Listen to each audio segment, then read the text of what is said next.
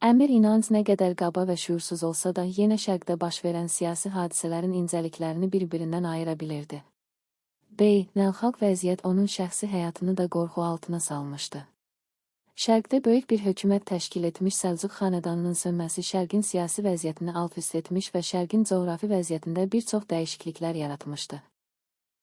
Hökumətin Səlcuqilərdən Eldəniz övladına keçdiyi zaman böyük bir səltənət qurmaq imkanını əldə edə bilməyən Xarəzmşah Ələəddin tək Səlcuqilər məmləkəti hesabına olaraq məmləkətini genişləndirməyə başlayırdı. Artıq Səlcuqilərin nüfuzu təsirində yaşayan xəlifə Xarəzmşahlarının nüfuzu altına keçirdi. Əmir İnanc öz hökmranlığında qalmaq üçün xəlifənin yardımına arxalana bilmirdi. Buna görə də o öz-özünə, xəlifənin mənim kimi yüzlərcə kürəkənləri vardır deyirdi. Xəlifənin minlərcə cariyəsindən doğulan qızların hər birisi mənim kimi bir adamın evindədir. Kim bilir? Bəlkə xəlifə Safiyə adlı bir qızı olduğunu tamamilə unutmuşdur. İndiki zamanda xəlifənin cariyələrdən doğulan qızlar barəsində düşünməyə vaxtı vardırmı? O, qızlarını hakimlərə verirkən hakimlərə kömək etmək məqsədlə yox, onlardan kömək almaq fikrini daşıyırdı. Bir halətdə ki, bir kömək ala bilməyəcəkdir, o zaman nə üçün də mənim qeydimə qalsın? Əmir İnanc bu cür düşünməkdə haqlı idi, çünki Nurəddin vasitəsilə öz qaynatası xəlifə Müstərşid Billaha göndərdiyi məktuba cavab ala bilməmişdi. Əmir İnanc çox düşündükdən sonra öz-özünə cavab verirdi, xəlifə nə etsin? Onun ruhani nüfuzu da sönməyə başlamışdır. Ölkələrin hakimləri özlərini padşah elan edir.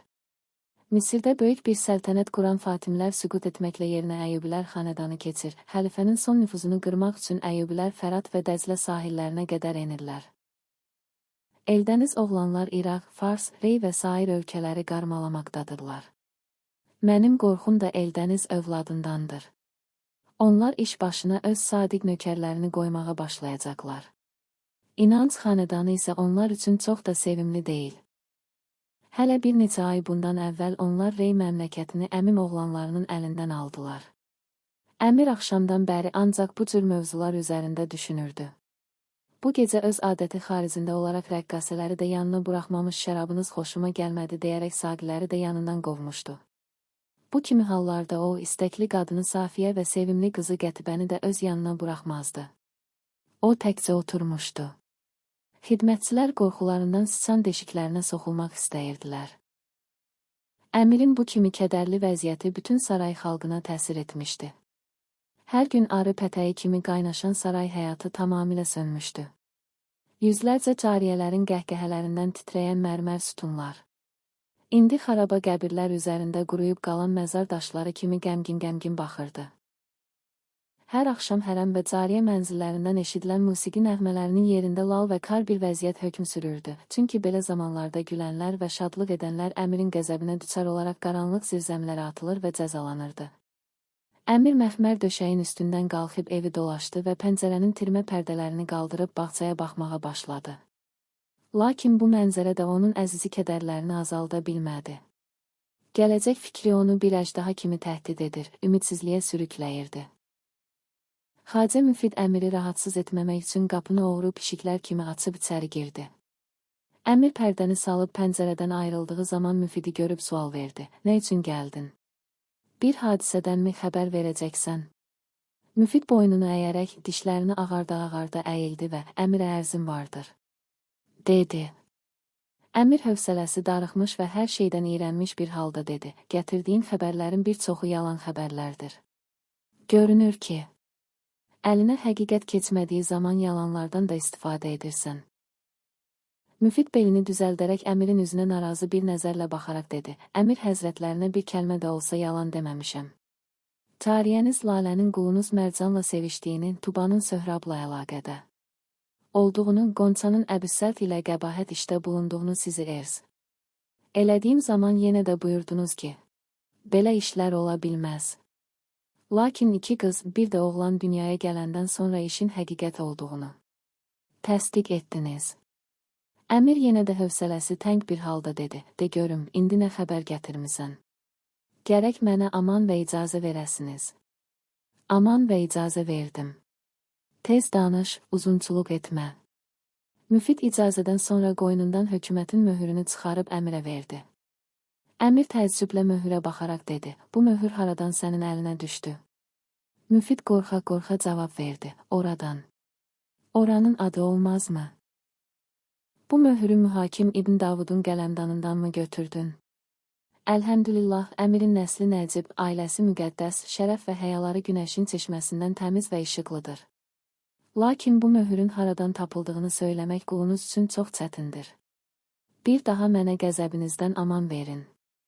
Əmir hal təbisindən çıxdı və titrək bir səslə, Sübhanallah.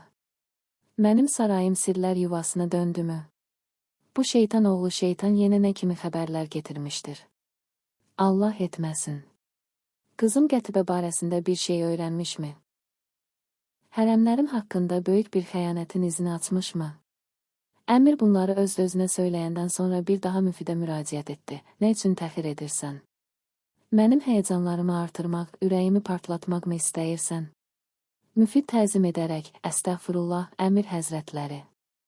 Əmir Müfidin yaxasından tutub silkələdi, danış. De görüm, bu möhürü haradan tapdın? Alçaq, mənimlə oynamaqmı istəyirsən?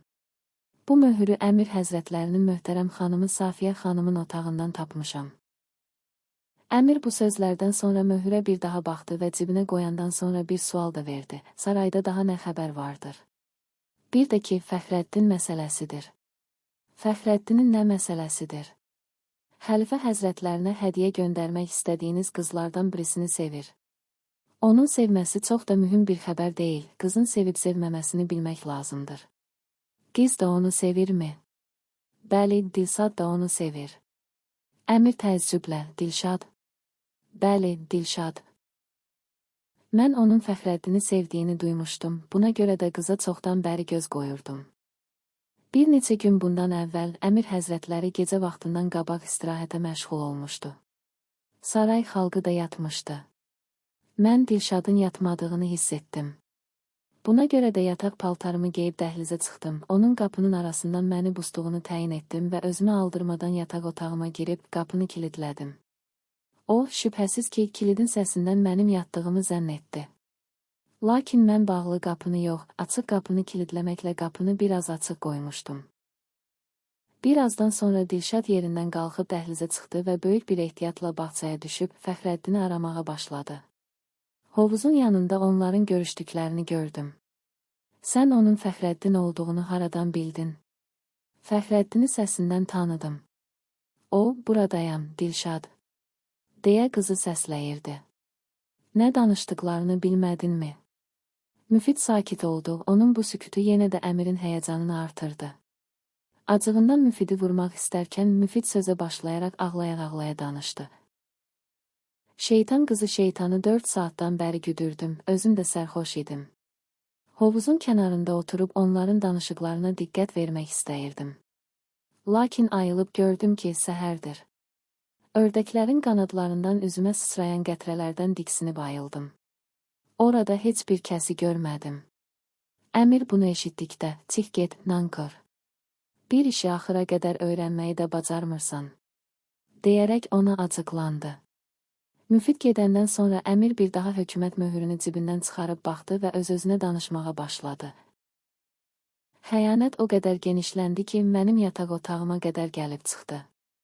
Dünyada başlanan qarışıqlıq mənim evimə də təsir etdi. Qocalmışam, qadınımsa gəncdir. Bütün vaxtımı hökumət işlərinə sərf etdiyim üçün öz ailəmə diqqət verə bilmədim. İş o yerə yetişdi ki, katibim də mənim ailəmə xəyanət etməyə cəsarət etdi.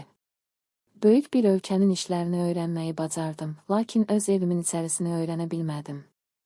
Ancaq mənim qadınım insafsızlıq etdi, o məni öz katibimə satmamalı idi. Xain qadın öz oynaşı mühakimi saraya gətirmək üçün Dilşadı ona verməyə çalışırdı. O daha bunu görə bilməz. Ərə gedirsə, qoy mənim evimdən çıxıb getsin. Mən öz qadınımı öz evimdə ərə vermək namussuzluğunu qəbul edə bilmərəm. Əmir evi bir neçə kərə dolaşdı, fikir və düşüncə onu dəli olmaq dərəcəsinə gətirmişdi. O, yenə də öz-özünə danışırdı, qadınımdır. Xain çıxdı. Ona talaq vermək və evdən çıxarmaq lazımdır. Lakin buna imkan tapa bilməyəcəyəm. O, xəlifənin qızıdır. Mənim taleyim xəlifənin iradəsindən asılıdır.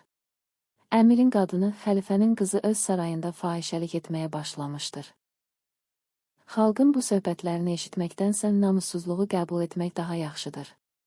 Lakin o katibi öz ağasına xain çıxan haramzadəni məhv etdirəcəyəm. O, ərəb qızı idi, mənsə bir türkəm, nəhayət o yenə bir ərəbə satıla bilər. Qapının pərdəsi qalxdı, qoca bağban Salim baş endirib dururdu. Əmir ona fikirli bir surətdə baxıb öz-özünə dedi, bu da bir xəyanətin xəbərini gətirmişdir. Sonra bağbana müraciətlə, danış görüm, Salim, danış, dedi. Salim bir daha təzim edib danışmağa başladı.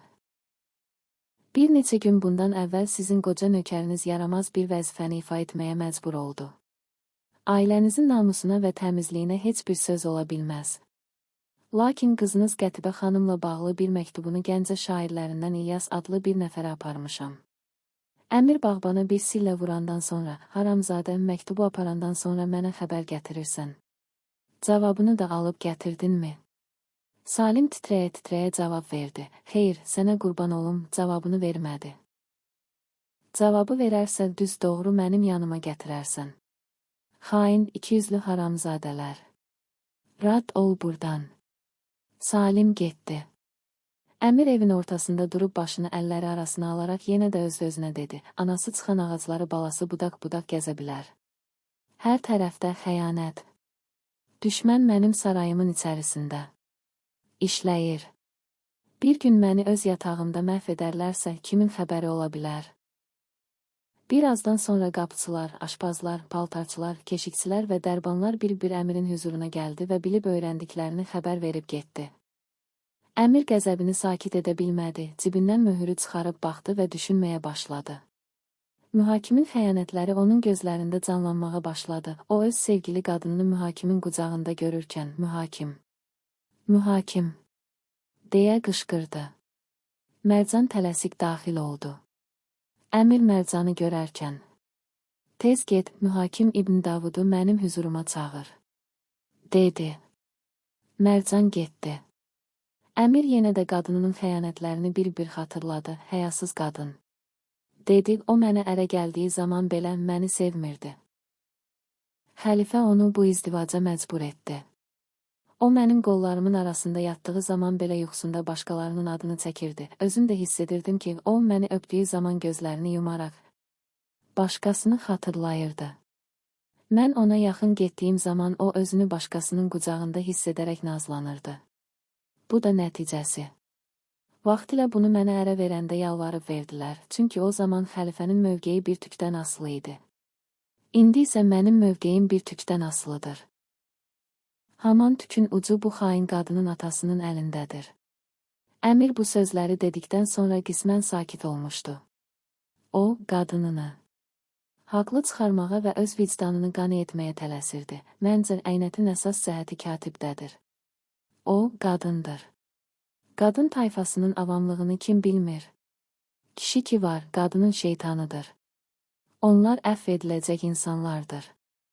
Lakin mənim süfrəmin başında oturan və mənim çörəyimi yeyən bir zat mənə qarşı bu xəyanəti rəva görməməli idi. Bu anda qapı açıldı. Mərcan Qulamla bərabər mühakim İbn Davud daxil oldu. Əmir ona heç bir şey sezdirmədən, mühakim, otur, dedi, lazımlı şeylər vardır, onları yazmalısan. Mühakim İbn Davud qələmdanı çıxarıb yazı taxtasının üstünə qoydu, qurşağından timarı çıxartdı, kağızı kəsib götürdü, sonra da gözlərini Əmirin ağzına dikdi. Əmir bir daha yaz, dedi, saray naziri Toxtamış cənablarına əmr edirəm, bir həftəyə qədər xəlifə sarayına göndəriləcək cariyələrin hazırlığını görüb yola salasan. Cariyələrdən Dilşad, Süsən, Zümrüd, Şahin, Solmaz, Şamama və Bahar da göndərilməlidir. Verdiyim əmr qətidir. Katib əmrinaməni yazıb qurtardıqdan sonra əmir alıb imza etdi və katibə qaytarıb dedi, al, sən də möhrünü basıb imza et. Katib qorxusundan özünü şaşırdı və əlini ciblərinə atıb möhürü axtarmağa başladı, qələmdanının içini bir neçə kərə gəzdi. Nəhayət, yalvarıcı bir halda əmirə müraciət etdi, möhürü evdə qoymuşam, icazə verin gedib gətirim. Əmir, doğrudur, möhürü evdə qoyubsan, lakin öz evində yox, başqasının evində, dedi. İbn Davud təəccüblə soruşdu, necə yəni başqasının evində? Bəli, başqasının öz vəli nemətinin səni bu mərtəbəyə çatdıran Əmir İnancın evində alçaq, nankor katib. Mənim namusumu nəzərə almadın, heç olmasa namuslu bir ərəb kimi xəlifənin namusuna hörmət qoyaydın. Al, budur sənin möhürün. Mənim qadınımın otağında, mənim namusumu namussuz bir ərəbə satan axmaq qadının otağında salıb itirmisən. Nankor insan. Mən 5 nəfər ərəbin böyük bir məmləkətdə ağalıq etməsinə çalışırdım. Bu da mənim əməyimin nəticəsi. Bu da mənim ərəblərdən aldığım mükafat. Mühakim İbn Davud titrək bir səslə, ya əmir, icazə verin. Bu nə söhbətdir? Mən? Bəli, sen. Mən heç vaxt vəli nemətimin ailəsinə qarşı belə alçaqlığı etməmişəm. Bu mənə qarşı açıq bir böhtandır. Bu hadisəni yoxlamaq lazımdır. Kəs səsini. Al möhürü, kağızı möhürlə. Mühakim İbn Davud möhürü alıb əlləri titrəyə-titrəyə kağızı möhürlədi.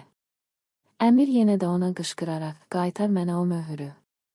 Sən o möhürü daşımağa layiq deyilsən. Deyə Mərcanı səslədi, Mərcan. Mərcan. Mərcan içəri girdi, hazıram, əmir. Get, bu saatda qulamlardan Heydəri, Poladı, Səfini bura çağır, söylə ki, qamçıları və çubuqları götürüb bura gəlsinlər. Mərcan getdi, mühakim isə özünü bu haqsız cəzadan qurtarmaq üçün ağlaya-ağlaya əmrə yalvarırdı. Mənim bu xəyanətdən əsla xəbərim yoxdur, bu böhtanı kimisə mənim üzərimə atmışdır. Siz bu cəzanı həmişə mənə verə bilərsiniz. Yaxşı olar ki, bu işi yoxlatdırasınız. Əmir bu yalvarışları eşitmirdi. Onun sözlərinə nə han, nə də yox cavabını verirdi. Çünki qadının otağından tapılan möhür onun üçün əsaslı bir sübut hesab olunurdu. Qulamlar çubuq və qamçılarla içəri girdilər. Dərhal meşin xalçanı yerə sərib mühakimi onun üstünə yıxdılar. Onu soyundurmağa başladılar. Mühakimin əynində tuman və köynəkdən başqa heç bir şey qalmamışdı. Onun başının və ayaqlarının üstündə oturdular. Əmir bir kərə əmr verdi, 250 çubuq. Mühakimin yalvarış və qışqırtı səsləri bütün sarayı bürümüşdü. Çubuqların yarısı vurulandan sonra onun qışqırtısı kəsildi, artıq o bayılmışdı, çubuqları ruhsuz bədənə vururdular. Əmirin qadını adəti üzrə müqəssirin döyüldüyünü eşidərkən onu buraxdırmaq üçün qəfildən içəri girdi, tələsik irəli gəlib soruşdu, bu kimdir? Təqsiri nədir? Əmir İnanc qadınına tərs-tərs baxaraq dedi, bu həyasız adam öz vəliyin nemətinin namusuna təcavüz etmiş. Bu adam öz ağasının qadınına xəyanət əlini uzatmışdır. Safiyə xanım bu sözləri eşitdikdən sonra bir daha irəli gəlib qulamlara qışqırdı, əl saxlayın, fəqirin öldüyünü hiss etmirsinizmi? Qulamlar dayandılar, lakin mühakim hərəkət etmirdi. Safiyə xanım isə ona diqqətlə baxıb tanıdı və əllərini dizlərinə çalıb, ax, bu zavallı mühakimdir ki, dedikdən əmir də, bəli mühakimdir, sənin istəkli mühakimindir. Onu bu cəzaya giriftar edən sənin alçaq və avamsızcasına məhəbbətindir. Tərbiyəsiz və axmaq qadın. Namuslu və kübar bir adama satılsaydın, yeni bir dərd yarı idi. Kimə? Alçaq bir ərəbə satıldın. Sən mənim namusumu ancaq ərəbə sata bilərdin, çünki səndə ərəb qanı vardır. Safiyə xanım bu sözlərdən heyrət etdi. Hətta bunların özünə aid olmadığını zənn edərək soruşdu. Mən səni heç də anlaya bilmirəm. Sən bununla nə demək istəyirsən? Satılan kimdir? Ərəb qanının burada nə kimi nöqsanı ola bilər? Açığını da görüm, bu sözləri deməkdən məqsədin nədir? Əmir istehzalı bir surətdə möhürü göstərib dedi. Mənim məqsədimi ancaq bu möhürdən soruşa bilərsən. Bu möhür mənə hər şeydən sadiqdir. Mən ancaq bunun vasitəsilə uzun illər davam edən xəyanətlərin izini açmışam. Sən Safiyə, Aran məmləkətinin hökmdarını süfrəmin tör töküntüsü ilə böyümüş bu alçağa satdın. Rədd ol mənim gözümdən. Safiyə xanım heç bir söz demədi, qolunu gözlərinə tutub ağladı və əmirin otağını tərk etdi. Katibin də huşdan getmiş bədənini meşin xalçanın üstündən götürüb dışarı çıxartdılar.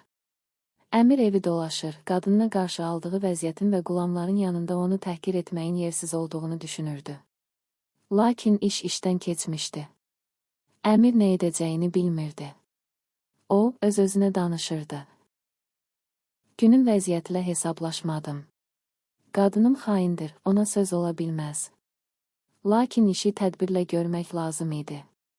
Əcəba, biraz gözləyə bilməzdimmi? Onların hər ikisini heç kəs hiss etmədən məhv edə bilməzdinmi? Bu əsnada əmirin qoca vəziri və eyni zamanda saray naziri Toxtamış içəri girdi və əmirə müraciət edib soruşdu. Əmir, bu nə hadisədir? Əmir hadisəni əvvəldən axıra qədər Toxtamışa danışdı. Toxtamış isə göz qapaqlarını örtüb biraz düşündü, sonra başını qaldırıb dedi. Məsələ siz danışdığınız kimi deyil. Bu işdə xaricdən uzanmış bir əl işləməkdədir. Hadisəni çox gözəl düzəltmişlər. Siz gərək iqdamata başlamaqdan əvvəl mənimlə danışaydınız. Böyük səhv etmişsiniz. Xanım yol hazırlığı görməyə əmr vermişdir. Bu saat Bağdada yola düşməyə hazırlanır. Gərək siz vəziyyətlə hesablaşaydınız. Tutaq ki, belə bir xəyanət baş vermişdir. Əcəba, hökmdarların və şahların saraylarının hansı birisində bu kimi hadisələr yoxdur? Siz sakit işləyən. Dərmanları buraxıb, qamçıdan və çubuqdan nə üçün yapışırsınız? Bir kasa bal şərbətilə bu rüsvayçılığı örtə bilməzdinizmi? Əmirin boğazı tutuldu, ancaq bir kərə bu sözləri deyə bildi. Toxtamış, əlac sənə qalmışdır. Bu xəbər Bağdada yetişərsə, mənim hökmranlığım məhv olub gedə bilər. Safiyəni başdan çıxar, qoy o məni bağışlasın, qoy mənim ailəmin pozulmasına səbəb olmasın. Toxtamış fikirli bir surətdə onun üzünə baxaraq. Mən bacardıqca çalışacağam, lakin sən də bu sözləri onun öz yanında deyib üzr istəməlisən. Daima düşünmək, sonra da hərəkət etmək lazımdır. Mən bunu əmir həzrətlərinə bir kərə deyil, bir neçə kərə demişəm. Əmir onun əlindən tutub, kömək et, dedi. Hadisələr, fitnələr mənim ətrafımı alıb. Qızım da yoxsul bir şairlə əlaqə düzəldibdir. O heç utanmadan mənim namusumu ayaqlar altına atır, yoxsul şairə məktub göndərir. Vəzir soruşdu, hansı şairə? Nizami təxəllüsü altında şeir yazan İlyasa. İndi çağırıb onu da döydürəcəyəm. Vəzir yenə də nəsihət verici bir tövr ilə dedi, onu döydürmək məsləhət deyil. Onu da mənə tapşırın, mənim özüm bu işi yoxlaram. Hərgah belə bir məsələ vardırsa, mən kiçik xanıma nəsihət edərəm. İlyası döydürmək isə qorxulu bir məsələdir. Gəncədə onun böyük nüfuzu vardır. Dayılarını da çox gözəl tanıyırsınız.